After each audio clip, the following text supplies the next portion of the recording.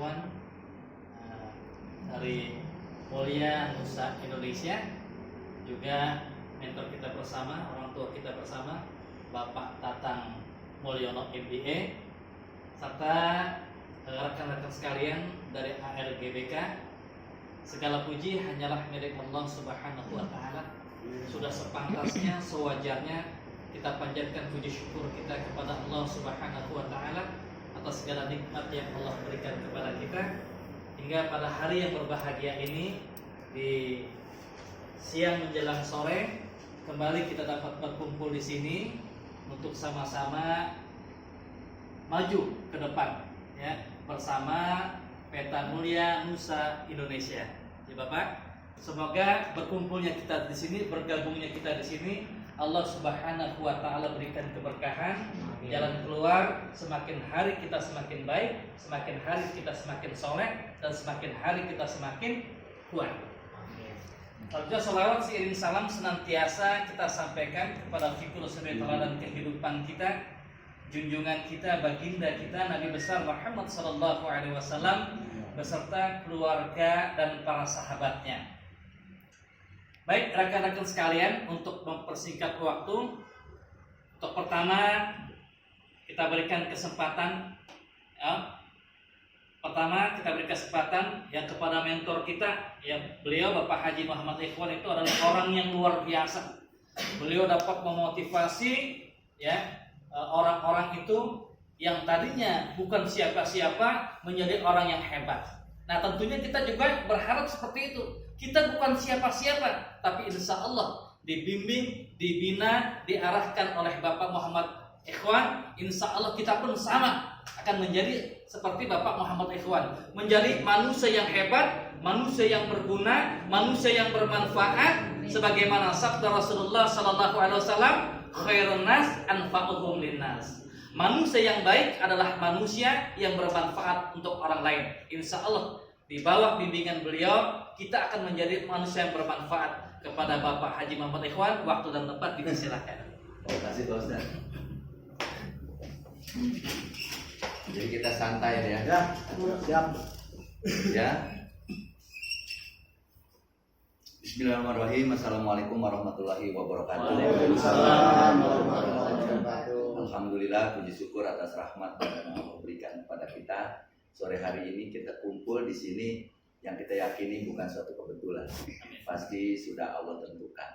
Nah, mudah-mudahan kumpul kita ini cara Tuhan, ya, memberi jalan kehidupan kita menjadi lebih baik. Cara Tuhan memberi solusi kita menjadi lebih baik. Cara Tuhan kita bisa membantu orang lain lebih banyak. Ya, tak lupa saya mengucapkan terima kasih kepada perusahaan MNI ini. MNI ini adalah wadah sehingga kita bisa berkumpul. Yang saya hormati, yang saya banggakan, yang saya sayangi adalah sahabat kita, saudara kita, Bapak Tatang. Terima kasih. Ya. Alhamdulillah saya punya saudara dan teman yang baru. Saya senang sekali dalam 1 minggu ini saya punya sahabat yang sangat baru, ya, sangat baik. Dan saya senang sekali. Nah, tambah senang lagi, ya, pada hari ini saya kenal Bapak dan Ibu. Saudara baru, teman baru, ya. Nah, jadi kalau kita tuh nyari teman, nyari sahabat tuh, ya, sebetulnya lebih susah. Kalau cari musuh sebentaran, ya, kita ketemu orang, lihat-lihatan, kita lihat-lihatin, dikesel, ribut kita. Jadi nyari teman itu, ya, lebih susah, ya. Tapi bersyukurlah Allah kirimkan. Jadi Allah kirimkan sahabat dan teman. Ya, terima kasih juga Pak Ustadz Yudi. Nah, Pak Ustadz Yudi ini benar bagi saya. Karena kalau sholat Jumat, ya saya sering dengan ceramah. Jadi pas itu, iya, ya alhamdulillah itulah kalau Allah berkehendak, ya. Di sini juga ada Pak Aldo. Pak Aldo ini dulu sama-sama di Network, ya. Kenal sekali Pak Aldo. Saya juga begitu kenal, ya. Jadi dari bisnis ini malah jadi ketemu lagi. Amin. Ya, kan kita bersyukur. Karena kadang kita punya teman lama gimana, ya. Kita cari nggak lama nggak ketemu-temu, jangan-jangan juga nggak ada atau di tempat lain, ya. Jadi ada sahabat lama kita kepengen ketemu kan. Jadi bisnis ini atau kasih wadah Pak Adus jadi ketemu lagi. Sini ketemu Pak Adus dan lainnya, ya. Terima kasih, ya. Nah, saudaraku, sahabatku tercinta, ya. hidup ini adalah kita harus berarti. Ya, jadi katanya kalau mau tahu, ya kan, ya kalau mau tahu Tuhanmu, kita harus tahu diri kita, kan gitu. Nah, artinya sekarang kita ada, dulu kita nggak ada, ya. Bagi yang lahir di tahun 60, rata-rata kita lahir tahun 60 ya. Nah, bagi yang lahir tahun 40 udah nggak ada, ya, udah nggak ada tahun 40, ya, nggak ada, ya.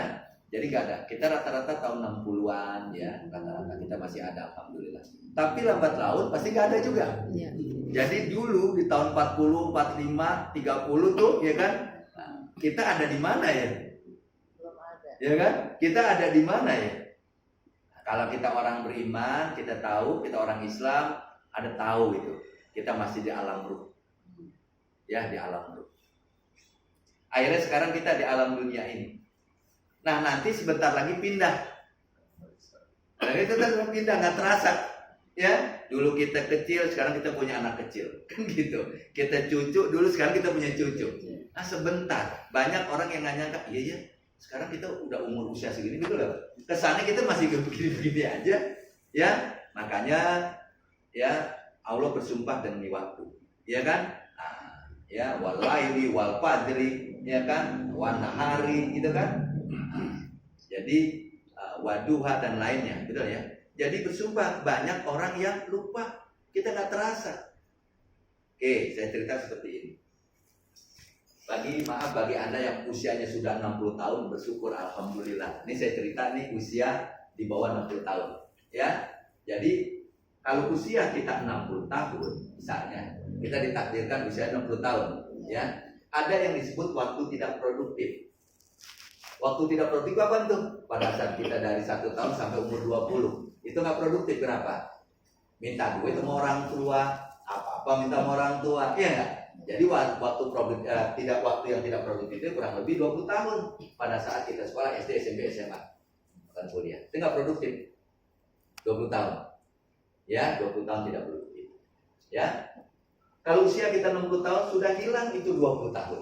Tinggal berapa? 40 tahun. 40 tahun. Kita punya waktu. Tapi nggak juga.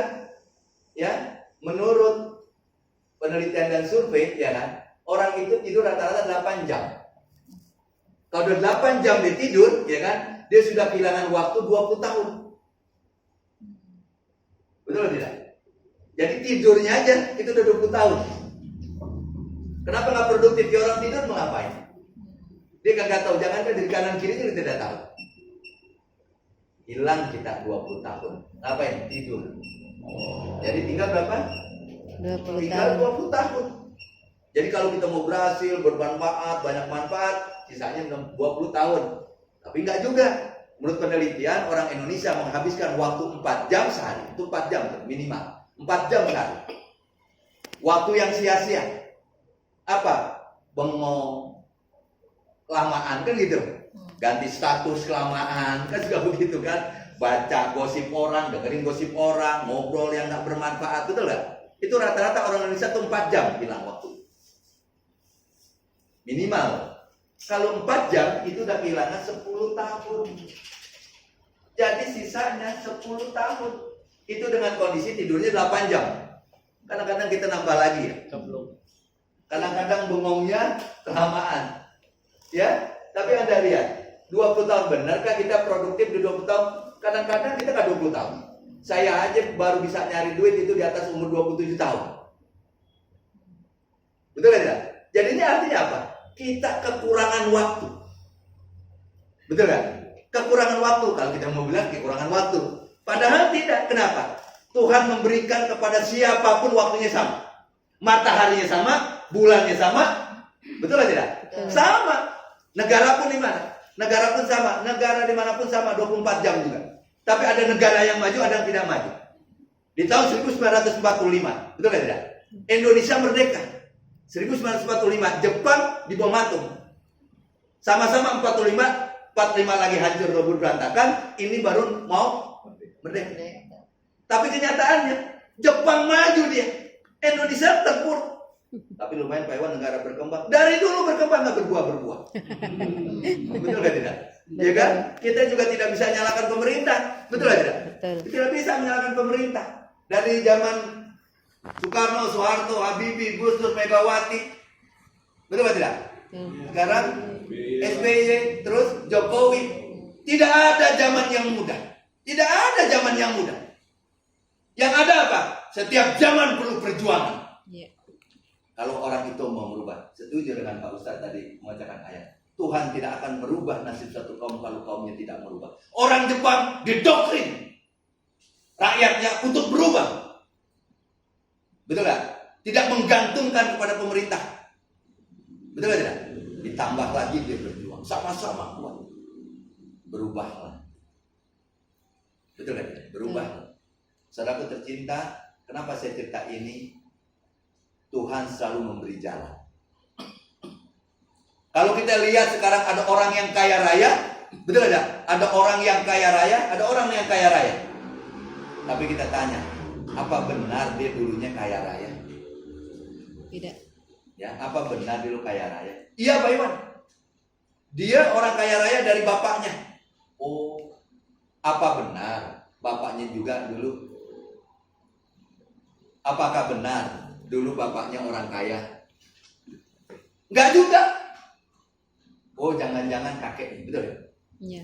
Kakeknya jangan-jangan yang kaya kakeknya. Ya, apa benar kakeknya dulu kaya raya? Oh, ternyata kakeknya enggak, Pak Iwan. Kakeknya dulu orang susah. Ya, tapi kakeknya apa? Berani bermimpi. Betul? Jadi mesti ada. Kalau kakek kita tidak berani bermimpi, enggak? Minimal orang tua kita berani bermimpi. Kalau kakek kita tidak berani bermimpi, orang tua kita tidak berani bermimpi, kita harus berani bermimpi. Setuju atau tidak? Setuju. Kita harus berani bermimpi. Kok begitu Pak Iwan? Harus berani. Pesawat terbang dulu tidak ada. Ada orang yang berani bermimpi. Dia melihat burung terbang, dia menghayal.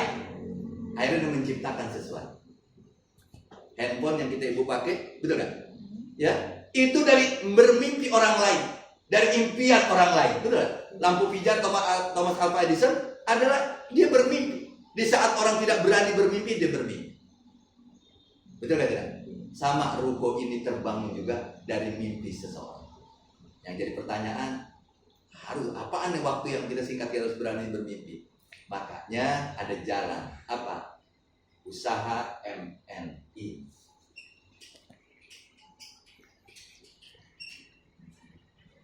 Ini wadah. Betul kan? Ada wadah. Kalau ada orang hidup sukses maju, itu simpel cuma dua sebab. Makanya kalau kita lihat orang maju, jangan aneh, jangan heran. Cuma dua sebab. Yang pertama apa? Yang pertama, kenapa dia bisa maju? Karena dia tahu cara. Jadi kalau ada orang maju sukses, kita kasih tahu, mungkin nggak dia sukses? Mungkin nggak? Ada orang maju sukses. Kalau kita kasih tahu, bisa nggak sukses? Bisa. Karena ada kata bijak mengatakan, kalau Anda bergaul dengan orang triliuner, 5 orang triliuner, Anda bergaul, Anda bukan seorang triliuner, miliuner, bukan. Yang keenam adalah Anda. Kenapa? Anda bergaul. Dengan bergaul itu menular. Menular itu harus mindsetnya terbuka. Jadi kalau ada orang sukses, kita bergaul, kita bisa jadi sukses. Betul ya? Ya, Pak Ustadz ini pasti bergaul dengan Pak Ustadz juga. Betul gak tidak? Sehingga ngerti, sehingga itu tahu. Ya, tetapi kalau kita tahu caranya, bisa juga gagal. Yang kedua syaratnya, kalau sudah tahu caranya, dia yang kedua harus bersungguh-sungguh. Jadi dua tuh. Kalau kita sudah tahu caranya, yang kedua kita bersungguh-sungguh, insya Allah kita akan mendapatkan hasil. Nah, dari usaha MNI ini adalah wadah, adalah jalan. Betul gak? Ada jalan. Contoh, banyak gak di lingkungan kita mau berubah hidup lebih baik? Mau, cuma kita gak tahu caranya gimana. Kita mau sih berubah hidup, cuma gak tahu caranya. Ibu, bapak, saya itu mengembangkan bisnis seperti ini, network, itu 25 tahun yang lalu. Saya dulu masih bekerja, ya kan? Sama, kalau saya mikir apaan ya? Kalau kerja aja bukan kita tidak mensyukuri, kan pasti kita nanti mau berkeluarga, mau punya kendaraan yang lebih baik. Ya, dulu saya cuma punya motor 1, itu juga motor orang tua. Keluarga saya 6, saya anak kedua. Saya orang Betawi asli di daerah Setiabudi. Ayah saya Betawi Bendungan Hilir, Bendungan, ibu saya Setiabudi Kuningan. Nah dulu saya mau berubah hidup nih. Logika yang paling gampang, kalau orang Betawi punya tanah 200 misalnya, ya kan? Kalau untuk itu warisan, berarti 200 bagi 6. Berapa? Kan anaknya 6. Iya. Ya kan berapa tuh? Hah? Berapa? 30. Betul dong? Iya. Ini kalau bikin rumah ya tetap bersyukur. Ini RSSSS, rumah sangat sederhana gitu. Betul kan? Iya. Setuju, kita tidak akan bisa berubah seperti kamu. Saudaraku tercinta, saya bekerja di suatu bank. Otak saya jalan. Suatu saat saya berkeluarga. Kenapa saya punya pikiran gitu? Karena teman-teman saya sudah berkeluarga, ya kan, dia berkeluarga lebih dulu, ya kan, sehingga dari situ saya belajar. Dia kadang-kadang repot, wah Wan, kenapa besok begini lagi belanja, wah gitu dah ekonomi itu. Nah saya kan orang yang belum berkeluarga harus siap-siap dong, karena suatu saat saya berkeluarga saya harus jauh lebih siap. Nah adalah orang yang menjelaskan tentang bisnis ini, network. Nah itu nggak langsung gabung Bu, berapa kali, 9 kali Pak Ustadz, saya nggak tertarik. Saya lihat itu jual-jualan biasa gitu. Apaan begitu, saya nggak pernah. Terus teman saya nawarin bisnis bagus, kan begitu. Mau Bapak berubah hidup? Kalau kita Anda udah berubah? Belum. Udah ngajakin orang berubah, ya kan? Betul nggak? Wah ada bisnis ini bisa dapat mobil Pak. Bapak udah? Belum. Ya yang ngajakin juga belum, ya nggak? Pak ada bisnis ini bisa penghasilannya besar Pak, jutaan, ratusan juta. Begitu dong? Bapak udah belum? Belum. Ibu belum? Belum. Tetapi Ibu, orang itu jauh lebih baik. Setuju? Kenapa jauh lebih baik? Banyak orang yang hidupnya sudah maju, rumahnya bagus, kehidupannya bagus, kita nggak dipanggil tuh. Betul dong? Misalnya Pak Agus sini dah. Kenapa? Wah Pak Agus, lihat rumah saya. Wah, rumah Pak Bang bagus. Iya Pak Bang. Mau tahu Pak Agus? Anak saya sekolah di luar negeri. Wah, hebat iya. Yang satu di Inggris, yang satu di Amerika. Wah, gila. Mau tahu Pak Agus tabungan saya bukan ratusan juta, puluhan miliar. Wah enak banget. Ini mobil saya. Oh banyak mobil saya capek. Ya betul gak? Ada yang begitu, betul gak? Terus jadi pertanyaan, kita ditawarin nggak? Dah Pak Agus, mulai hari ini Pak Agus jadi murid saya mau ajarin seluruh. Ada gak yang begitu? Nggak ada. Saya bicara di ribuan orang, saya bilang pernah gak tetangga Anda yang hidupnya maju, yang hidupnya kaya mencari Anda? Tidak ada. Tetapi hari ini kalau kita diajak sama Pak Aldo, diajak sama Pak Agus, dan diajak sama yang lain, betul ada? Mungkin Pak Aldo belum dapat apa-apa, tapi itu jauh lebih mulia. Kenapa jauh? Dia memikirkan kita. Dari sekian temannya, ini orang yang kita ambil duluan. Artinya dia peduli dengan kita, betul aja? Pak Tatang mencari sahabat-sahabatnya, teman-temannya dipikirkan. Pada saat itu dipikirkan, tapi ada orang lain. Ada orang lain yang hidupnya lebih maju, tidak mencari nama kita. Ada teman kita, teman SD yang mungkin udah lebih maju, teman SMP yang mungkin hidupnya lebih maju, teman SMA yang sudah lebih maju, tidak cari. Pada saat dia maju, tidak cari temannya itu. Betul gak kita? Tapi itulah kehidupan. Nah dari bisnis ini tuh saya senang di situ. Ini betul-betul kita menjadi orang yang bermanfaat. Terlepas kita sukses apa tidak, bermanfaat. Kalau kita boleh jujur, setiap kita punya orang tua. Pak Ustadz, saya jalanin network ini serius. Kenapa? Pertama, saya ingin bahagiain orang tua saya. Kalau kita boleh tanya, boleh tahu, siapa yang rutin ngasih orang tuanya 10 juta rutin tiap bulan? Itu hampir rata-rata saya ngomong itu tidak ada. Bukan dia nggak sayang, dia nggak punya duit. Betul. Saya turunin, siapa yang rutin ngasih orang tuanya tiap bulan 5 juta? Saya turunin lagi, siapa yang rutin ngasih 1 juta rutin buat orang tuanya? Bukan dia tidak mau kasih, betul kan? Tidak punya iman. Nah, saya menyimpulkan penghasilan, kan? Ada bermacam penghasilan. Pertama, penghasilan kurang. Betul kan? Bukan kita tidak bersyukur. Kalau kita punya penghasilan kurang, apa yang kita lakukan jadi repot semuanya. Rumah tangga tidak jadi sakinah, mawaddah, warohmah, betul ada? Kenapa? Karena rumah tangga sakinah, mawaddah, warohmah itu perlu ada fondasi ekonomi. Kurang. Kita bisa ribut sama istri karena urusan kurang. Kita kadang kurang dihargai sama mertua karena kita kurang. Betul kan? Kita sama teman kita menjauhi diri kita karena kita kurang. Betul baik? Kita punya keluarga besar tidak diayomi, tidak diorangkan, tidak dipedulikan, tidak dicari. Kenapa? Karena kita kurang. Maka saya katakan jangan salahkan orang lain. Jangan salahkan orang lain. Itu kehidupan. Kalau kita tidak jadi pemanis, mana mungkin semut itu kumpul? Jawabannya kita harus jadi orang berhasil. Di tahun pada saat umur 29 tahun saya ngerintis, saya harus jadi orang berhasil. Kenapa harus Pak Iwan? Hidup ini di dunia sekali. Apakah saya mau jadi penonton? Silakan. Apa mau jadi pemain? Lebih baik jadi pemain. Pala jadi kaki, kaki jadi pala. Keringat bercucuran, betul tak? Capek, lelah. Lebih baik dibandingkan ujungnya kita lelah tapi juga tidak dapat apa-apa kalau kita tidak jadi pemain.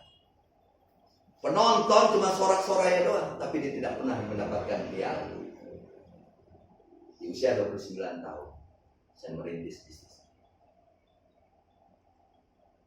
Kita bangga dan sayang orang tua. 6 bulan yang lalu orang tua saya, ayah saya, pada saat saya jadi pembicara di Manado, saya nggak tahu.